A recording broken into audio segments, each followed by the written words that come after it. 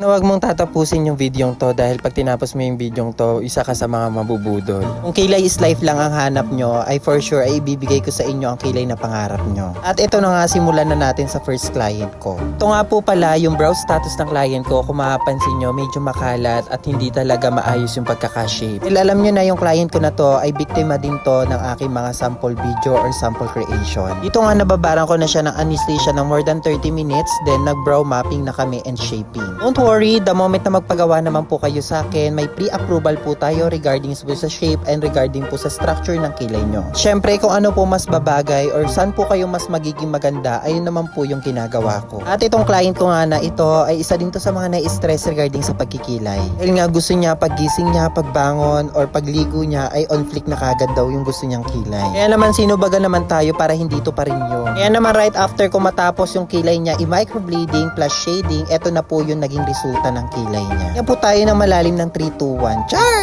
At kung mapapansin nyo naman yung kilay ni Madam ay pack na din talaga yung naging resulta. Very natural looking at natural stroking ang ginawa ko sa kanya. Yung tipong pag tinignan mo yung kilay niya, hindi siya mukhang linta at the same time mukha talagang hair stroke yung mga nakalagay. Di naman po ako kasing husay or kagaling ng sino man. Don't worry, ibibigay ko naman po yung best ko the moment na nagpagawa po kayo sa akin. Tipong kilay na pangarap mo ay tsak na ating ay a-achieve. At kung mapapansin nyo nga, yung pangarap na kilay ni client ay amin nang na-achieve. At super happy and satisfied nga itong client ko regarding sa result ng kanyang eyebrows. Kaya naman right after ko dito ay nag-proceed na ako sa next client ko. At ito nga next client ko is very challenging yung kilay niya, very manipis at the same time hindi pa pantay. Kaya naman sabi ko dito kay client ay wag siya masyadong mag-e-expect ng sobrang gandang kilay. Kaya naman right after ko mababara ng anesthesia yung kilay ni client ay nag-proceed na kami sa brow shaping and mapping. Again, syempre may pre-approval muna tayo bago po natin gawin. Pre-approval po na pinapakita ko sa inyo, pinapakita ko din sa kanila kung ano po yung maaaring maging resulta ng kanilang kilay. In other words, mayroon po tayong basihan na maaaring maging resulta right after natin gawin. Kaya naman hindi na natin papatagalin at papakita ko na din sa inyo yung naging resulta ng kilay ng client ko na to. Ito nga pala yung before ng kilay ni client at ito na po yung naging after. At kitang-kita nyo naman mga B, malayo na din talaga yung pinagbago ng kanyang kilay compare sa before. At again, super happy and satisfied nga din po pala itong client ko regarding sa kanyang naging result or regarding sa outcome ng kanyang eyebrows. Very visible ang stroking at the same time very natural looking. Nakakatuwa nga dito kay client kasi bakasyonista lang sila dito sa Mariveles, Bataan, then babiyahe pa sila going to Bicol. Iba pang malalaan yung kilay natin, nakakarating na ng iba't ibang lugar. At ito nga po pala yung pagkaka-well details ng kanyang kilay. At syempre kung makapansin nyo, plakadong-plakado at detalyado ang pagkakagawa dyan. Kaya naman nung matapos ko to si client, nag-proceed na ako sa